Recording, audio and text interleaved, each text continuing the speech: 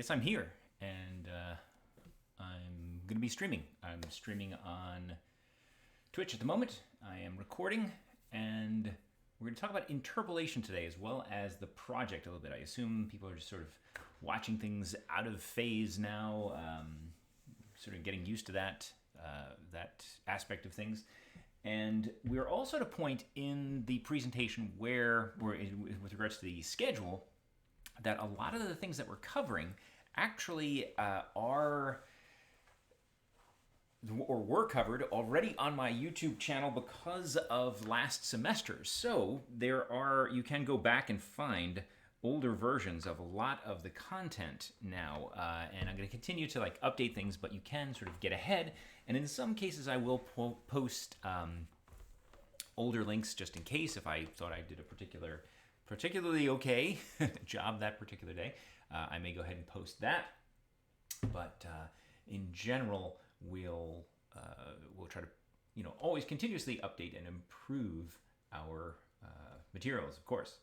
So let's see. Let me pop this window out, and we'll go back over to the summer schedule just in case anyone is going to be joining and kind of checking things out.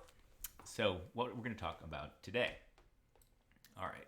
Well, first off, I want to make sure that people are aware of what's going on with the schedule. So let's see. Okay, over here, the schedule. So we're right about here now. We have this, we're here Monday, July 13th. We're going to talk about animating, easing, and interpolating. That's officially today's lecture topic. But something I want to draw to your attention is that not this week, but next week, we are supposed to be finishing up and handing in the Project 3, our Shoot 'em Up project. Now, there are lots of examples. I have a whole example thing about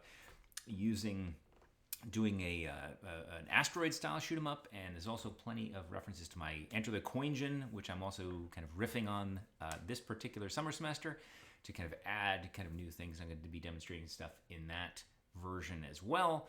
So feel free to find all those resources. There's lots of stuff out there for you to check out, but I'll continue to cover things. Today's lecture is kind of it's again one of these sort of topics lectures. So as we get into things, it's going to be hopefully a useful concept, kind of no matter where you are, no matter what game it is. So today's a very broad topic, but be aware that sometime around next Friday, it's showing here in the calendar, after Thursday, July 23rd and before Monday, July 27th is when the Project 3 is due. Now, remember, we're going to build that sort of into the existing project once again, so that you have some kind of kickoff from your screen. Just most of you were getting the hang of it in terms of having a menu screen and then jumping into Project 1, Project 2.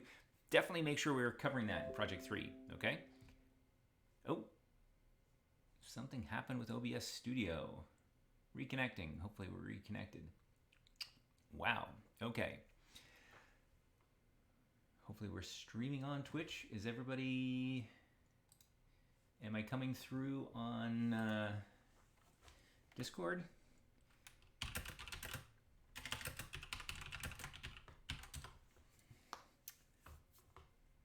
Twitch got stuck. Discord is okay. Okay. Let me see if I can double check Discord just to make sure. Go find Discord. Make sure it's live again before I continue on.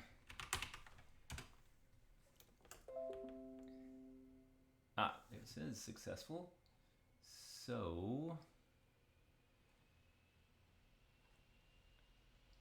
hopefully we are there.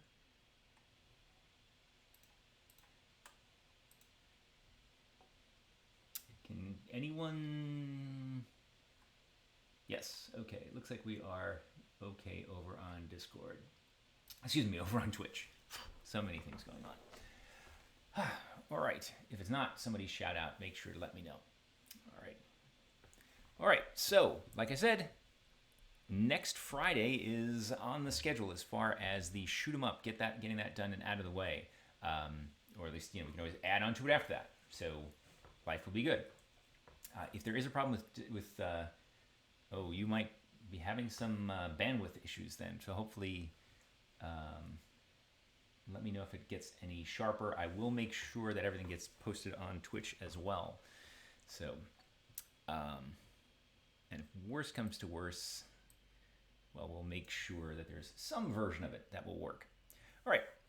Before diving into the lecture, though, to buy myself a little bit more time, we were discussing a little bit about, trying to design your game ahead of time. Don't necessarily just like implement as you go. So I've been working on my little CoinGen game a little bit. And one really cool feature that I'm going to have is I want to be able to, for my character, be able to like walk into these houses or walk into different places and potentially show up in there as now it could be another level. I could do that or as some kind of other scene where I change scenes as I walk into things. Or if I wanted to, and what I'm going to try to do here is I'm sort of implementing these sort of areas that are live and do a bit of teleporting in between. Reason being, I thought it'd be cool that other things could wander into the scene. So, for example, a non-player character could actually wander into a building and it would show up as well in the other part. Let me show you how that works, just real quickly, hopefully, if it behaves. I'm going to start the game up. And, all right, we're doing a bit of, whoops, I'll probably get killed too soon. Blow up some stuff first. All right. So if we walk down here and we walk into this sign, you'll see we get teleported over to this little area here. So this would be, like wherever that sign. If you stopped to read it before you got teleported, you would see it said, do you want to go to a faraway land? And then there might be this sign here. Where if we walk into that sign, then we return to the normal world here. Let's blow up some stuff so I can move around. All right. So that was a feature of the game. So I'm working on adding some places that the character can visit. And what impressed me, or the thought I had on there, it's really a simple way to do that rather than get into things where I am loading other scenes.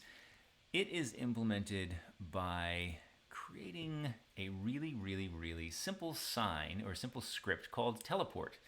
And what teleport does is teleport has an outlet, which is some position. It's basically an object and that outlet's position. And if I look at this script, it says, okay, if you bump into this object, then whatever it is that's bumping into the object, right? So if you trigger, right, there's a collider which is set up as a trigger. So if you trigger that object, you activate the teleport. And what activating the teleport does is it makes sure it's active. This is a little bit of things so that, sorry, this is on trigger exit. The simple part is on trigger enter. And it says, okay, if that teleportation, if that portal is currently active, then you're allowed to go through it. And by going through it, it just basically says whatever it is whoever you are, whoever's colliding with it, is going to take on the position of the remote game object that it's associated with here, right? So you see the public game object remote, and it just puts you wherever that is, and away it goes. There's a little bit of extra logic here, right? This bit of activating and deactivating. And what that is designed to do is so that you don't, if you have, I wanted to create basically a portal gun or some kind of portal thing where I could drop items and drop things that I could then use as teleport points. And I have to be kind of careful because if you wind up not being careful, you wind up kind of in these infinite loops in between where you just bounce back and forth between two positions.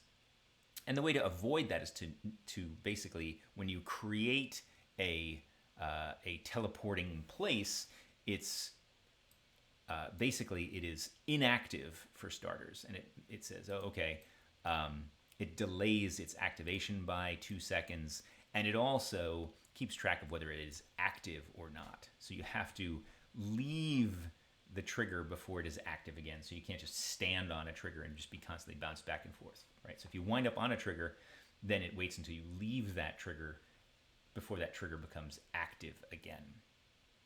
All right, so that's a little bit of the fancy part. And this is the way that, I can wind up, quickly running down here and going to this point, perhaps. And if I am moving, you'll see I just positioned I can position some signposts. Someone bumped, oh yeah, it was one of these little critters here. If I'm not careful, you can wind up being pushed into these things. And look at this. This guy actually must have come through that hole. So he must have bumped into it from the other side. So it's kind of neat. Now, another cool thing is that potentially, you can set up situations where you can shoot coins through your teleport points as well. So that's becoming sort of a feature of the game here. Whoops. Anyway, so that's just one of the design features of my game now. So now I have decided on this mechanism for moving between places. I'm going to have some interiors and some different things that are set up in my world that I can kind of then move back and forth in between. I may or may not keep the teleport gun, the portal gun kind of thing around, but have some way. This way I can sort of move around in here and go back and forth and answer questions and do that, create a more of a typical RPG kind of style game. So that's how my game is shaping up, and that cool little feature to add. So, okay. Now, let's talk about today's topic. Today's topic is interpolation. And this, again, is usually in a intro course. This is a reasonably basic topic. I assume that most of you have a certain familiarity with interpolation that perhaps a first-year student might not have. So maybe we can go through this in a little bit quicker way than we might otherwise. Let me know if, stop me at any point if I'm going too fast, or if everything, occasionally you can, I'll put a comment over here for how's the pace. For those of you who are watching live. Whoops, sorry, misspelled the. Anyway. All right, so first off, I have a public service announcement, and this is especially for people who are comp size. Best coding practices, save your sanity, reduce bugs. There are some great resources out there. You can go to Wikipedia and look for best coding practices, and basically there's sort of, if you're not familiar with best practices, they're kind of informal rules for software development that have been learned over the course of time to help improve the quality of software. So by being consistent, okay, is this a practice that keeps bugs away, or by doing things in semi-structured ways, you can certainly develop good habits. Basically, I love to quote Steve McConnell here. He's the author of Code Complete, which is a great book. If you are interested in kind of coding practices and software best practices, he's a great resource. A little bit, his stuff has been out there for a while now. It's kind of become tried and true. Now, another public service announcement in general, it is a good idea if you want, if you are trying to figure out this namespaces and so on, using your RCS ID in your file names and in your scripts. Referencing things with your name is always good when it's a personal project, especially, if I'm looking at a million things and you don't want it to clash with other projects potentially, or other libraries and so on. That's one practice inside this class that we found to be pretty good. And also, potentially, if you are wondering about how your game will potentially perform on other machines, or whether you accidentally included something or didn't include something, you might want to occasionally build the products of your output. Basically, if you build your game, you should occasionally do it on a clean machine. So if you have a laptop and a desktop, or a friend, and you eventually want to share a game, always test with a friend or on a clean machine before then testing and relying. So if you're delivering something for your audience, it's good to have sort of a trial run on a known machine that's not your own. So that's a public service announcement in terms of general software practices. So back to averaging and blending. Now, why are we going to be so obsessed with averaging and blending? Well, last time around we talked a lot about timing in the lecture. Talking about the basics of the way that Unity is organized, how its main program loops are, when it is doing fixed update and update, and so on and so forth, and how code gets executed over the course of time. Now, in games, especially when they're kind of simulation-based games where there are physics behaviors and that sort of stuff, you want things to happen and move and in sort of believable ways, right? You don't want things to necessarily jump from one state to another state. If you're going to be chased by a character, or you're going to want to have a change in the lighting, or you're going to have anything going on. Typically, you want these things to happen smoothly and go from state to state. In animation, you hear about terms such as tweening, where you're taking things, figuring out the in-betweens of states and so on. So we're going to spend some time talking about that, some general concepts, and then some specific examples. All right. Some of this is going to be real obvious, hopefully. So what's the average between 2 and 6? Well, you probably knew immediately. Hopefully you said 4. But how did you know that it was 4? Well, you said 2 plus 6. You took your two numbers and you just divided by the number of numbers you had. So 2 plus 6 is 8. And divided by 2 is 4. So boom, there you go. The average of these two numbers, the average of A and B, is A plus B over 2. So it's a sum over a count, right? Real easy, real easy. All right. Now, imagine you had an unlabeled number line. So you don't really even know what the numbers on this number line are, right? And you just have 2 points. So some point here and, well, some point here. So what's the average of those two numbers? Now, here, we don't, it's trickier to have an equation because we don't even really know what this is, what this value over here is. And, well, we know this value is more than that, but we don't know overall what they are, so you can't really just add the two together and average them, right?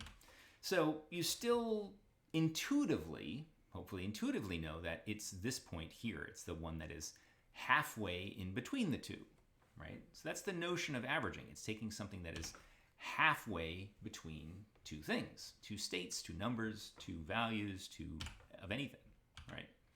So, I think somebody's mic is live, just in case you didn't know. I just heard a fun, interesting sound.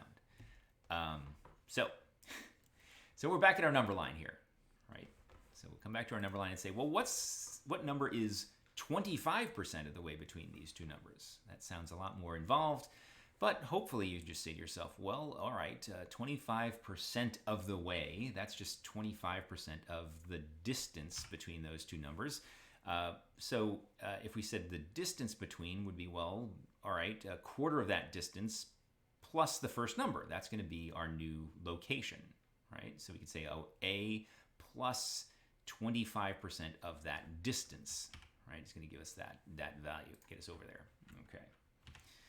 So looking back, A plus B over 2 is, of course, half of A and half of 2. This is, for you mostly juniors here at RPI, this should not stress you out much, I assume. But it is, half of A, half of B. This is pretty straightforward. Now, you may never have thought of this before, though. It is a 50-50 blend of A and B, or ratio of the two, right? So it's a little bit different. Now, it's a mix of A and B, right? So that's what we are kind of referring to when we're saying, okay, what is that average of the two? It's like, well, imagine you took half a cup of coffee and half a cup of tea and you blended the two. That sounds like a weird thing to do, but you'd have this 50-50 mix of coffee and tea. I'm only saying that because I'm drinking coffee at the moment, but it's a mathematical concept that doesn't necessarily have a simple way of translating into the experience, but it makes it makes sense. It's sort of, some of this we have to say, well, okay, I see how this is potentially useful. Okay. Now, we can use this formula, this formulation, to blend things unevenly, right? In that case, in the average, it was just a 50-50 blend. Averages are 50-50. Everything, the things that are participating in our blend, in our averaging, they all contribute evenly. So if you were to have 3 things, you would take 1/3 of each. If you had 4 things, you'd take 1/4 of each in order to get to our blended state, right? But if you want to blend things unevenly, you have to use some different type of proportion. You need a knob to turn, basically. Some knob that decides, okay, how much of this versus how much of that.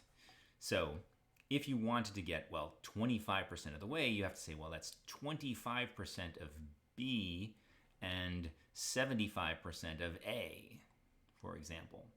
Now, those two things happen to add up to 100 or to 1, right? So if you took these two numbers, you're adding up to 100% or 1, a 75-25 blend of A and B, right? So it's mostly this one, but it's partially this one, which is a little bit, now it feels a little bit odd looking at the thing. You might say, well, it's 75% away from B, right? So that's how far away it's moved. So it's moved 25% of the way towards B, but 75% of the way towards A, which that's a little bit, but as we start to think about things, hopefully it becomes easier. I don't want to confuse your way of thinking about it. So we call these basically these weights of the blend, right? If you had a recipe, you wouldn't necessarily be thinking of things in terms of a blend or a weight, but you might say, well, you need 3 eggs and 1 cup of milk and 2 ounces of water and so on. Everything would have its own amount, but they wouldn't be coefficients, they wouldn't be weights, because they are not adding up to 1, adding up to a whole, right? So this is the difference between blending and just adding things according to a recipe, right? So you can use any blending weight, but they have to add up to 100%. They add up to 1, right? So here's a simple sanity check, or Sanity Check. What's 25% of the way between 2 and 6? Anyone chime out on that, or shout that out? Simply, we have 25% of the distance between 2 and 6, right? So 6 is, we take 4 times 0.25 equals 1, and add it to 2, which is 2 plus 1, which is 3, right? So, or we can say it's 75% of 2 plus 25% of 6. Now it's getting a little bit odd because you can think of this as 2 different ways, but maybe we can simplify this. Maybe we can simplify this a little bit, right? So in the end, we wind up with this 3, of course, but we had a couple of different and different ways of thinking about it. So maybe generally we can say that we have some number times A plus some number times B, so long as they meet that criteria of adding up to 1. So S is how much of A we want, and T is how much of B we want, and they have to add up to 1. So that gives us obviously a pretty easy way to refer to one in terms of the other. So we can eliminate one of the variables and just say, well, S is 1 minus T, so therefore 1 minus T times A plus T times B. All right, so now we have this sort of the thing I alluded to before, which is sort of this balance knob. We have a single variable that we can then just sort of tune to say how far in between. At one extreme it'll be all the way towards 1, at the other extreme it'll be all the way towards another, right? So these are 2 compatible views, right? We could say that we blend some of A with some of B, or if we flip things around, we can say, okay, we're starting with A and adding some of the distance between A and B. All right. 2 very compatible things that wind up being the same. All right. So when T is 0, we get A, so all of A, none of B. When T is 1, we get all of B. Blend none of A with all of B. Pretty straightforward. So here we are at the point of having our knob. And we can use a float. So that's just going to give us a floating point number in between 0 and 1 that will let us to interpolate between two numbers. Now, interpolation, can we do it? Can we use it for other things? I made allusions to even doing things like, well, blending tea and coffee, for example, which is kind of weird because we're taking two things and not necessarily, we're blending the flavor in between the two, but we're not blending like one cup with another cup necessarily. It's just a little bit odd. So, well, maybe it's a good analogy, but it breaks down a little bit if you're not careful in terms of the amounts that you have. But anyway, in general, can you blend or mix data besides numbers on a number line? Of course you can. You can even blend compound data. You can blend more than just floats. Like if you had a 2D or 3D vector, for example, you can even blend those, right? You basically take each component, you use this term, and you blend each component separately. But you do it all at the same time. So in a vector 3, you wind up with another vector 3 that is some mix of the x's, the y's, and the z's. Now, in a true interpolation or a simple blend, we use the same coefficient between each of those, but you could even, like in an isometric game, like if you want to do something where it's kind of a flattened game, you might start playing with different interpolations of things. But for now, let's just assume that we're using the same coefficient and blending all of them at the same time. So we wind up with something like this.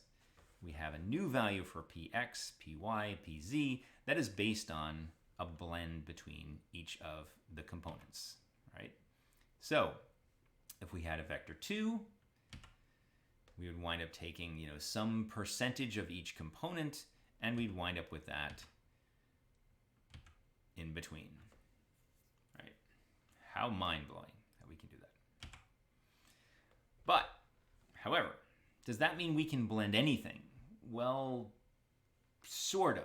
Technically, numbers, if we just think of them in terms of numbers, yes, we can do that. However, the issue comes in when we start talking about what those numbers represent, right? So it's not quite, we need to be sort of careful. Not all compound data types will blend correctly with this approach, right? You might think that, all right, things like color RGB. Well, maybe can you blend between colors? Mathematically, yes. Do you wind up with the intuitively correct things? Not usually. Same thing goes with Euler angles, where you have a yaw, a pitch, and a roll, where you have an x, a y, and a z. And then certain types of matrices and quaternions and things, you may wind up with values that really don't blend well. So what do I mean by that? Why is that? Well, let's use the RGB as an example. Okay, so this is bright red. So A is bright red. So all I have to do is set 1, the R component, right? We have a red, a green, and a blue component. So if red is 1, that means it's bright red. So, and then if I have green, I want bright green, I just set the 1, the green component to 1, and I set the R to 0.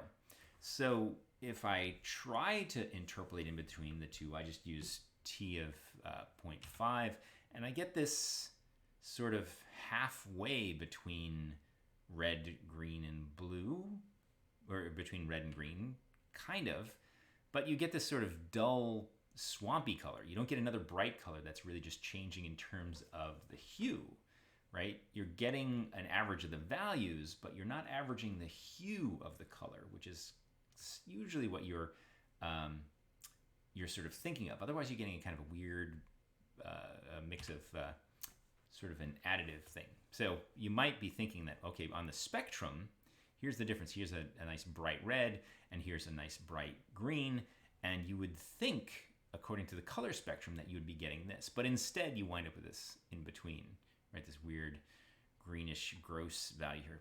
Pardon my bad formatting. All right. So RGB is one of those compound classes that you might need to write your own blend function for so that it'll do the right thing. And what sometimes that means is writing some sort of in-between transformation that is something that can be blended well.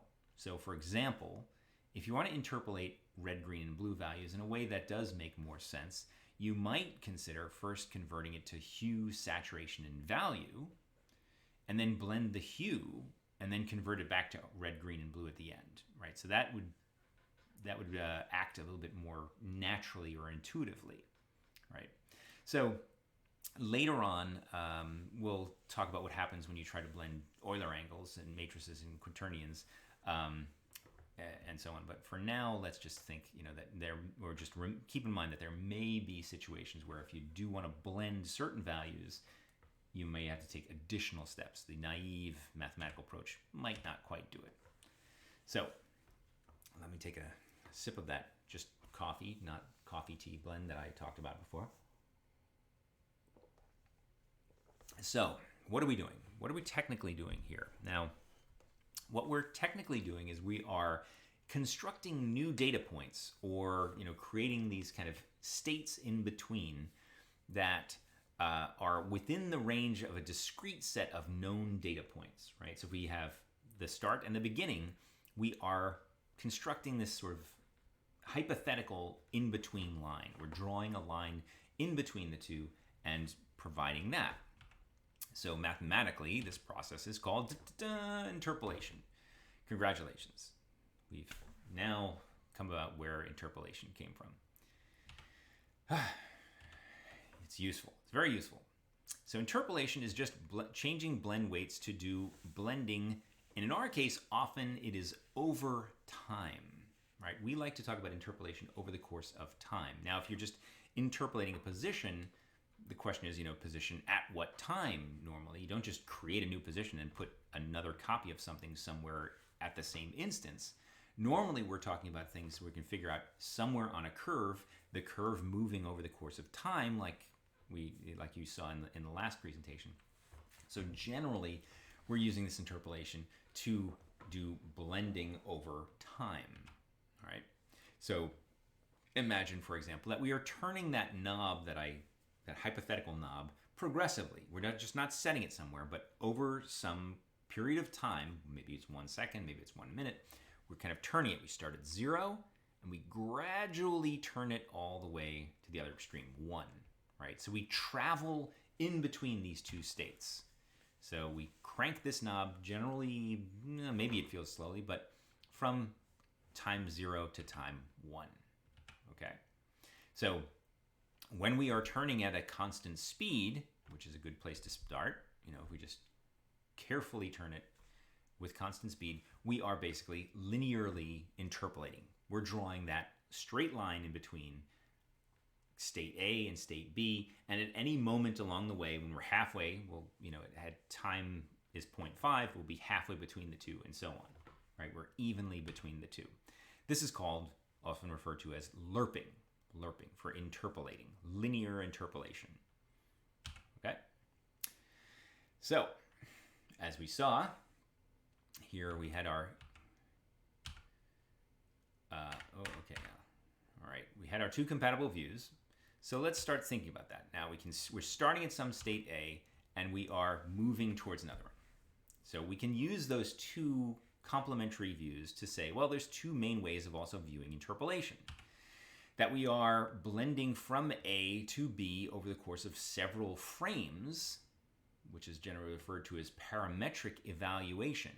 So, right, at any moment we can evaluate according to the parameters, or we can move one step forward at a time towards wherever you're going, right? One step forward from wherever you are now to wherever you are going, which is numerical integration, which is basically we're saying, okay, we're moving from step to step to step and integrating. We're accumulating over the course of time to get us towards something else. We're not figuring out an exact position. We are integrating over the course of time. So these are very complementary things, but sometimes they will have some different uses and, whoops, there we go. And they will occasionally have some pros and cons and may introduce some odd things. So there is a call for both of those, this parametric and numeric integration approaches to interpolation. Generally, you're going to need to choose both. So most physics tends to use method number 2, the numerical integration. All right, so the physics engine just sort of cranks and says, okay, how much time has it been since I ran last time? Figure out everything now according to that moment, right? The physics is going to move you ahead one step in a time, right? So typically the physics engine is moving you forward in time, one step, one step, one step. Keep moving forward like that, okay? Why do I keep going up? However, many other systems do use method one, this parametric evaluation, where you calculate a point given some time. And they're sort of related because, I mean, fundamentally the numerical integration, you are potentially calculating it over the course of a single time frame before you add it to the other. Just a little bit funky to think about, but anyway, we'll start to show how this plays out in a moment. So, it turns out we do use interpolation all the time under different names. For example, an audio crossfade. So if you're going from, fading from one audio source to another source, that's an interpolation. Or even this simple case where you're fading in, right? We are interpolating the opacity of text. So a certain piece of text starts off being 0 or totally opaque, totally non-opaque, totally transparent, moving towards being completely opaque after a certain amount of time. Okay, and this is what happens here in this audio crossfade, where we wind up being at time 0, we're listening to, or up until time 0, we're entirely listening to this bit of sound up here, and then eventually we fade this one out and we fade this one up, and that is a linear interpolation for that crossfade between these two audio, these audio files, right? So basically, anytime we're doing sort of blending over time, we're using our linear interpolation, our interpolating, right?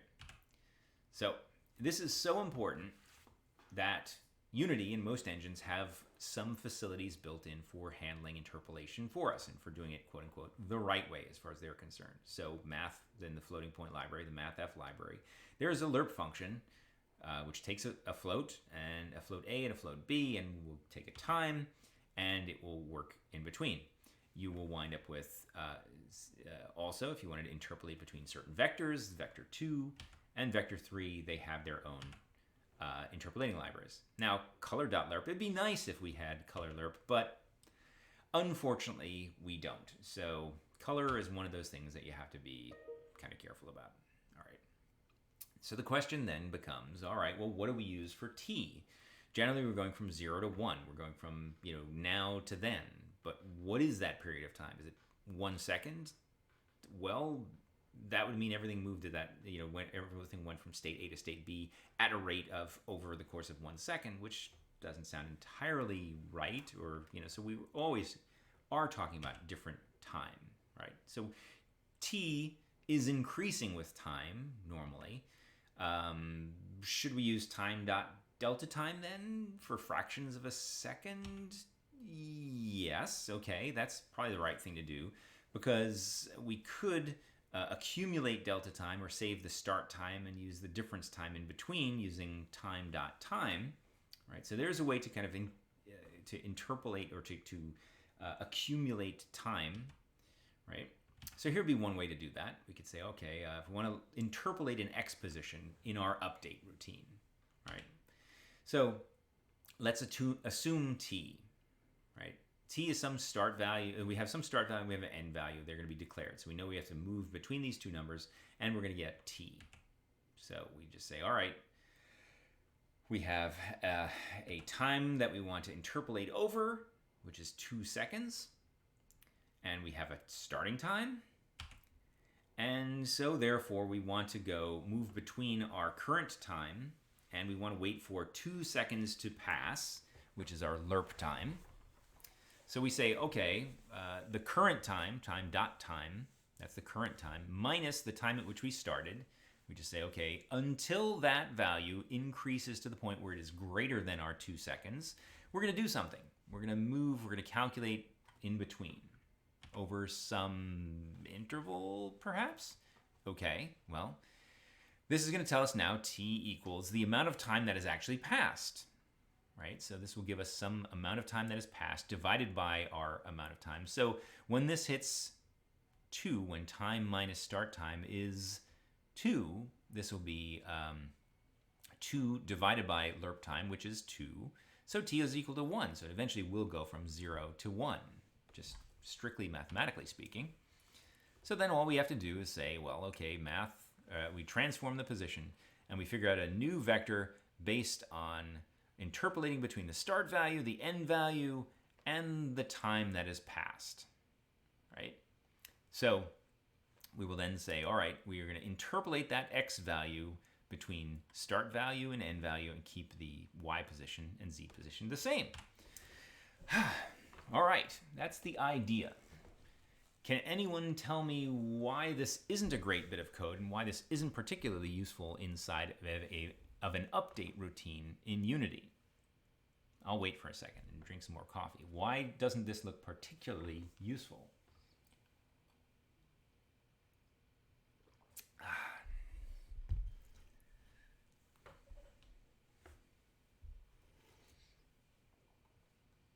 Nobody? All right. Well, I'll start off. This one I'll give you. As I get into other questions, I hope people will actually answer them, hopefully.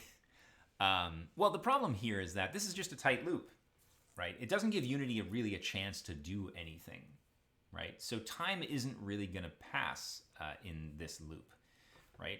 This is just going to execute over and over and over again and not really do much of anything, right? Because Unity never has a chance to get out of here and run its main loop, right? So having a tight while loop like this, like just waiting for a certain amount of time to pass, isn't a great idea. So instead, if we are going to be doing this inside of Update, we should at least say, well, all right, make it so that this can drop through at any moment, right? It just executes all the way through, and we just say, okay, if at this particular moment enough time has passed, or some time has passed that isn't the end, we calculate that and we use that to our new position. So that's one kind of right way. So at least this time, update is going to get called over and over again. So our code will get called over and over again, but not in a tight loop. So we avoid that first off.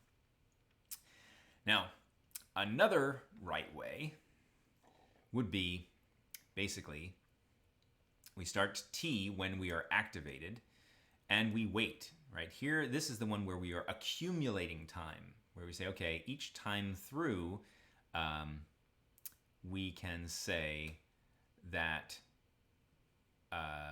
as long as t hasn't hit 1 yet, we execute it. So t, then we add some increment of time divided by the lerp time, right? There's our time delta time. So some time has passed that is going to contribute to our 2 seconds.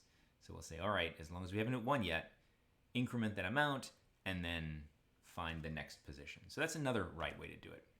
Now, alternatively, and here's a fun one, which is particularly useful as we start getting into enemy AI. This is why we like to cover this before we get into enemy AI.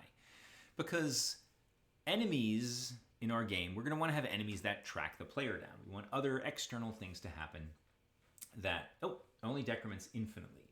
Sorry, I missed but it does wind up infinite in there because it winds up not, time doesn't pass inside that tight loop. So sorry, Anthony, I wasn't looking back for it.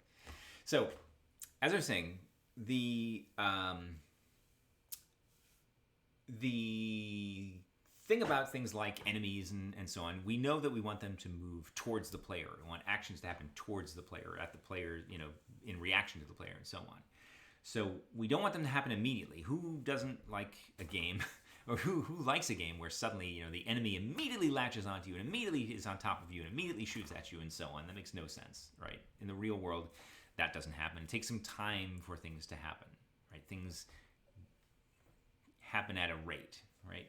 So let's talk about this some weird things. Now, for example, has anyone heard of Zeno's dichotomy? Anyone familiar with Zeno?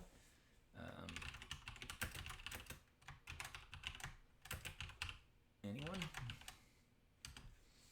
So, if you are, if you aren't, I'll keep going. This is the joy of an asynchronous lecture where other people will be watching this at another time.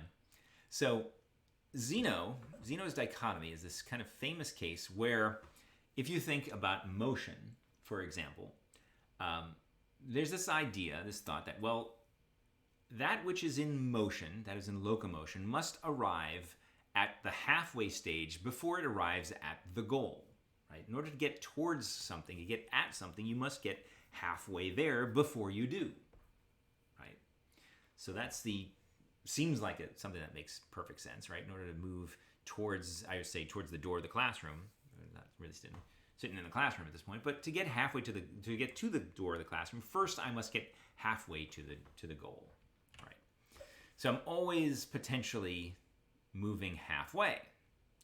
So, all right, here's our friend Zeno here, who is moving, halfway towards his goal, and then halfway, then halfway, then halfway, in this infinitely decreasing size,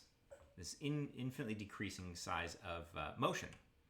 Now, the problem is, in this dichotomy, in this paradox here, is that if you are continuously moving towards something, you actually never get there, because you're always getting halfway there, but you never get there, right? Because you're always halfway closer. You're always basically always slicing the interval into a smaller and smaller amount, but it never hits zero, right? So it never hits zero, which is kind of interesting. So, for example, sometimes you might want to say, okay, just move the enemies halfway towards the player. All right, that's fine, because you're not really concerned about them getting to the player. You just want the enemies to approach the player. The approach is the important part, which is why sometimes Zeno's paradox is good enough for a lot of what we might do in the game. We just say, okay, what's half the distance?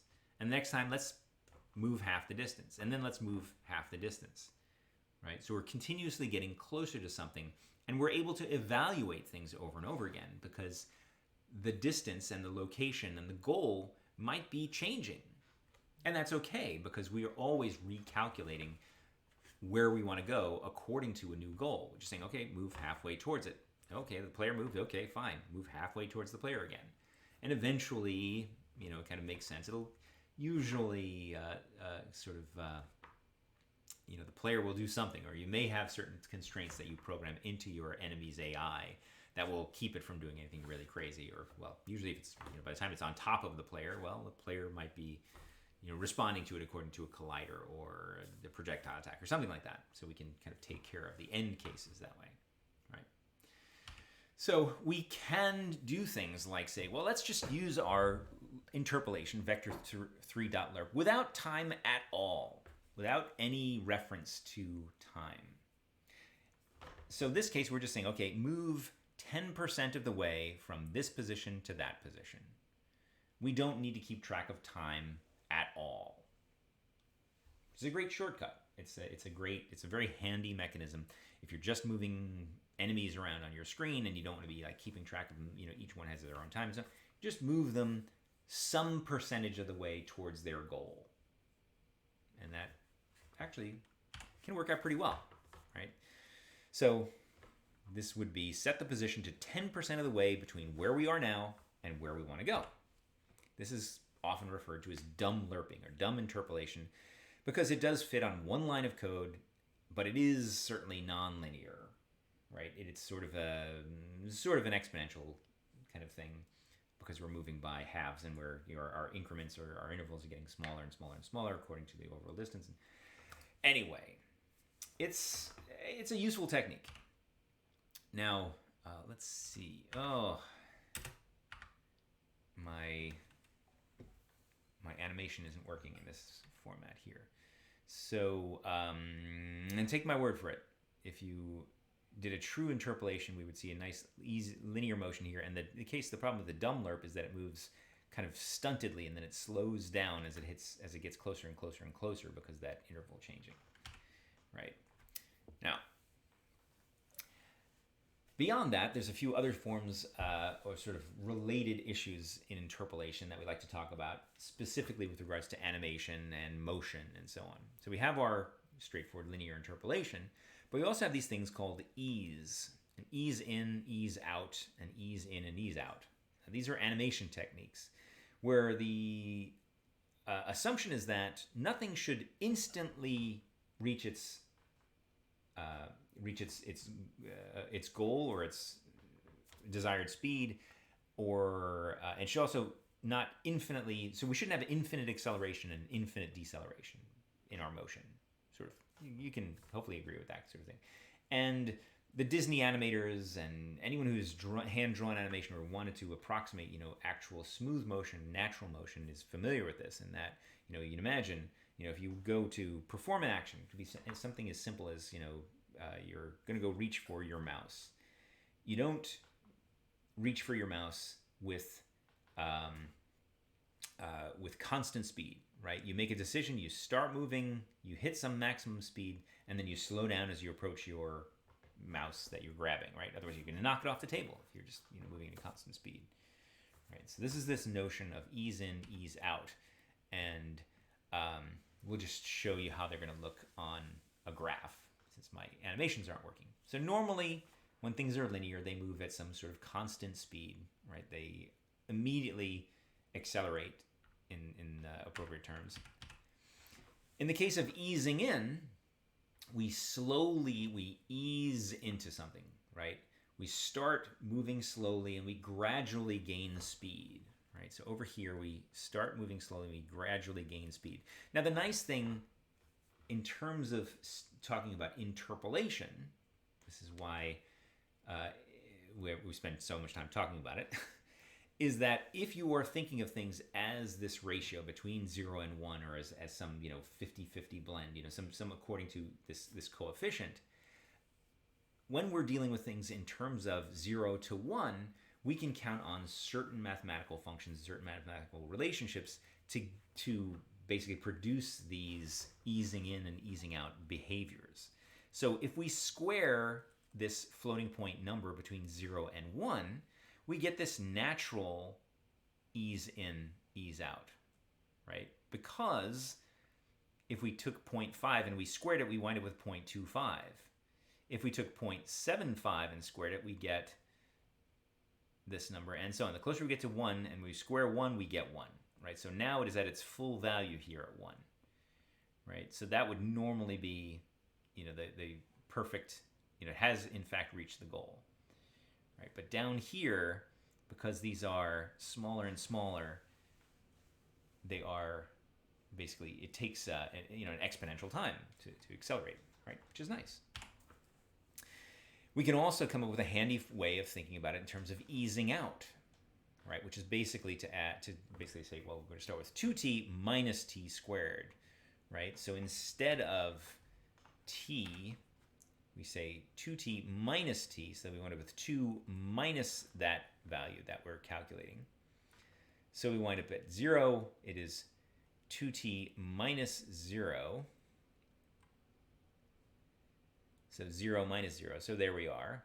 But as we move in, we have, let's look at the 0.5 value. That's nice and easy to calculate. So 0.5 would be, of course, 0.5 times 2 is going to give us 1 minus t squared. 0.5 squared is 0.25, so we wind up with 0.75, right? Whoops. Go back again. So we start off really quick. We're off the blocks at the race. We're really quick. And then as we get closer and closer here, our value is increasing. The amount we're subtracting from there is increasing nice and slowly and smoothly. So we ease out as we hit the apex of that parabola, right? So we slow down as we hit the end. And it turns we can even come up with a good approximation for adding the two together, right? So we wind up with 3t squared minus 2t cubed. That will give us both this easing in and easing out. So we'll hit our true halfway point right on the mark.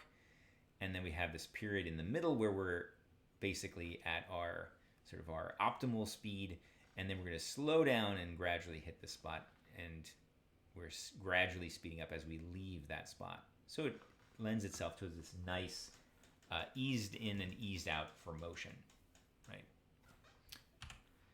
So The way to do that, of course, is that you're modifying t in place, potentially, to do that. You're still using our normal interp functions, our Lerping functions, and you can just, instead of using just t, you can use our ease in, if you wanted to ease into your motion, t squared, and easing out, 2t minus t squared. And of course, ease in and ease out is 3t squared minus 2t cubed, right? Work the math part out. Kind of figure that part out, I'm sure.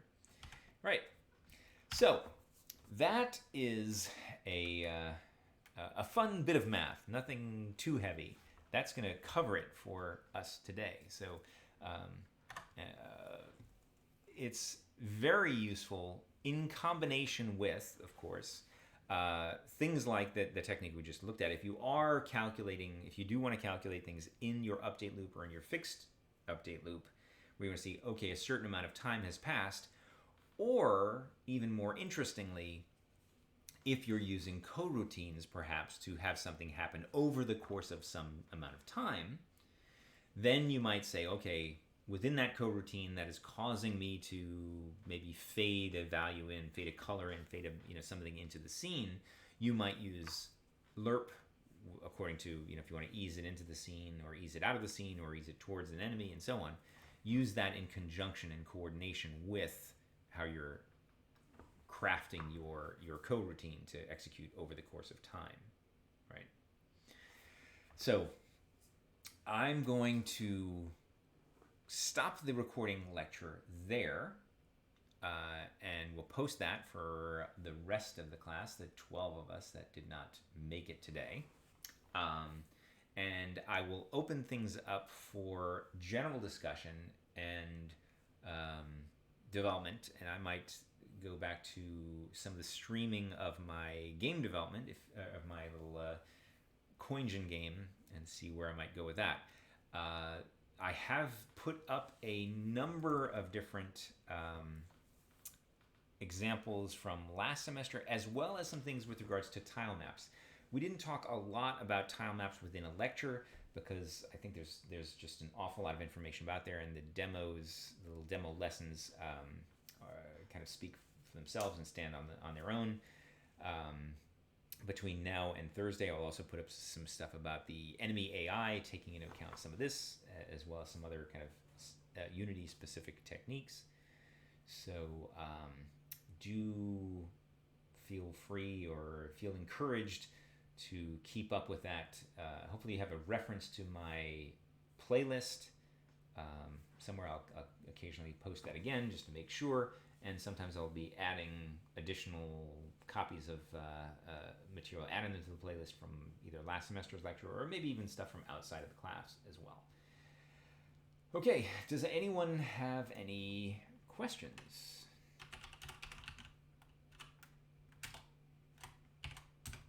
And feel free to open your microphones. That's certainly, everyone's just giving me thumbs down, and you're just all well on your way towards everything, I'm sure. No, just kidding.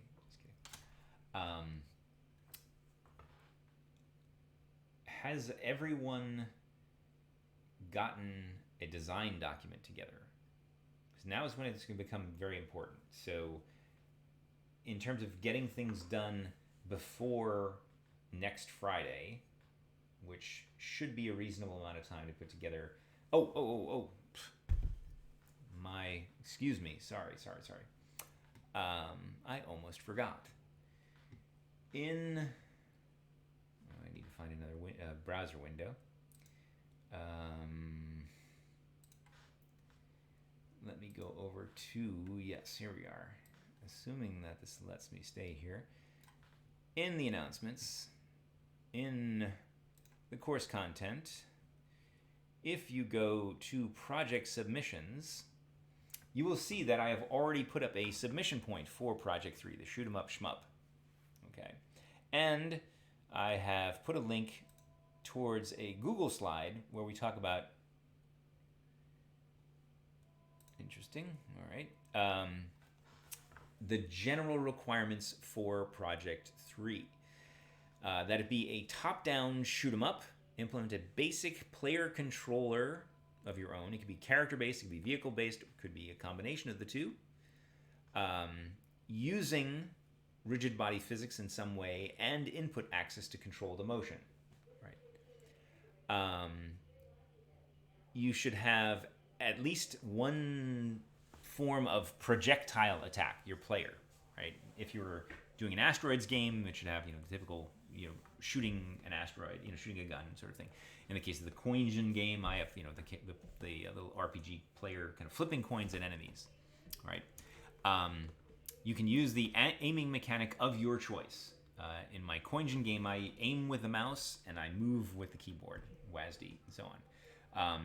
If you're using asteroids, typically you just aim and shoot in the direction of the craft that you're in. All right. The player needs to have some sort of life limitation, right? The good old 3 lives and then you die and the game over, right? Score should be based on, well, generally it's destroyed enemies. If you want to add something to the certain goals and modifiers along the way, I'm up for anything. I'll be generous on interpretation there. As usual, we hope to have some sort of high score kept so that you know where you are. There should be 2 enemy types with unique movement. Now, that doesn't mean necessarily that they have to look entirely different, but they should sort of behave differently. One could be a passive, and another one could be an active enemy. So in the asteroids example, the asteroids are sort of passive. They just fly around in terms of their physics, and they are just sort of obstacles that you're going to run into and or avoid or blow up. And the other one, the intelligent one, being the ships that would potentially fly around and try to shoot at the player, try to be aggressive. So there should be an aggressive and a passive enemy. So there's a question: can the shmup not use a ton of projectiles and rely on melee attacks and hitboxes? Instead of score, can the game be based on progress? Certainly, the game being based on progress is fine. Melee attacks and hitboxes. There should be at least one physics-based sort of attack, we'll just say. Perhaps in your game, if there's like a melee, there should be some sort of ranged weapon that's possible, or a fireball, or something. I'm imagining, Mortal Kombat or something. So the idea is really to have something kind of physics-based, where basically there is something that is spawned, and it then, potentially is managed or damages and so on. So there should be some, no, it doesn't have to have a ton, but some sort of thing is the general idea, right? Yeah. Well, if you want to pitch it to me differently, I'll consider it. But the idea is to have, so that there is this notion of aiming, right? In the case of melee, I would wonder in terms of how are you aiming in that game. So that's kind of the thing, the combination of aiming and shooting. So we'll have to figure out a way to demonstrate that if you want to do something differently. So one enemy should hunt the player and fire. So that's the the kind of the intelligent enemy idea, right? That it can attack according to position. There should be 2 types of power-ups that could be either dropped by the enemy, or perhaps they are spawned magically or something like that. So it's something that the player can collect and use it to enhance their play in the game. Everything should appropriately collide with what it's supposed to. Using the collision matrix is necessary. Demonstrate your use of collisions and so on. Generally, in this shmup style, there is some sort of wave or level-based action. So, in the case of asteroids, you destroy all the asteroids, you move on to the next stage. In the case of Enter the Coingen or shoot 'em up like that, some sort of bullet hell game, you sort of defeat all the enemies on the screen, you move towards the next room, or you move towards the next thing. So there is some sort of progress. If you extensively use some sort of game narrative feature, then perhaps we can work around that. Active and passive enemies should not collide with the player on spawning. Now, this is the tricky part, and this is something I want to. This is sort of why I don't just want a one-on-one sort of brawler kind of game. Is that managing the collisions and when spawning. So if you have new enemies that spawn, and if the player spawns in the course of the game, you don't want the accidental insta-death where the player spawns on top of an asteroid, or the player spawns on top of an enemy, or all the enemies spawn inside of the buildings, things like that. So we want to manage the spawning process and manage the for both the player and the enemies. So that's sort of an important thing to demonstrate, right? As usual, there should be sounds for explosions and bullets firing and all that. We want to pay attention to details on that. There should be should be integrated with a start and end scene within your menu structure. Hopefully, you could have staging announcements and so on. There should be some demonstration, and I'll allow you at your discretion figure out exactly what you want to do with this. But a demonstration basically that you understand the use of coroutines and interpolation. Right now, I didn't mention the event and subscriber publisher models and things like that. If you want to do that, you're going to need to kind of demonstrate your use of events and that sort of stuff in a future version. Looks like Twitch may have dropped out again. So we can leave that open for interpretation as well. So these notes are out there. Just wanted to kind of talk about them. And Anthony, we can kind of talk about, send me your ideas for your games. You can always send me a screenshot of your design, send me your ideas, and I'll evaluate them. That's a great way. If you have a game design doc and send it to me and we agree, then there's no question. This is a great thing about having a design document. If you have that document and we agree on it, and it's good to go. So please do feel compelled or to send that design document to me early, so that if you have any questions about does your design meet all the goals, send it to me as soon as you can. Thanks. Reconnection successful. Okay, Twitch is back. All right, at this point, I think I've rambled enough for today and hopefully gotten you some ideas. If you do have any questions on your project, kind of put something together real quick, send me a copy of your design document, and I'll give the seal of approval, and we'll move from there. So next time we'll be talking a lot more about how to implement that kind of enemy AI and behaviors and so on, and I'll be putting up some examples of that. A lot of it already exists. From last semester, you can find the old videos certainly on my YouTube channel. You can find all of the asteroids or the schmupperoids, whatever I call them, from last time. That's up there as well. So lots of fun stuff to try. All right, take care. Hopefully you're enjoying the really warm weather. Try to stay cool.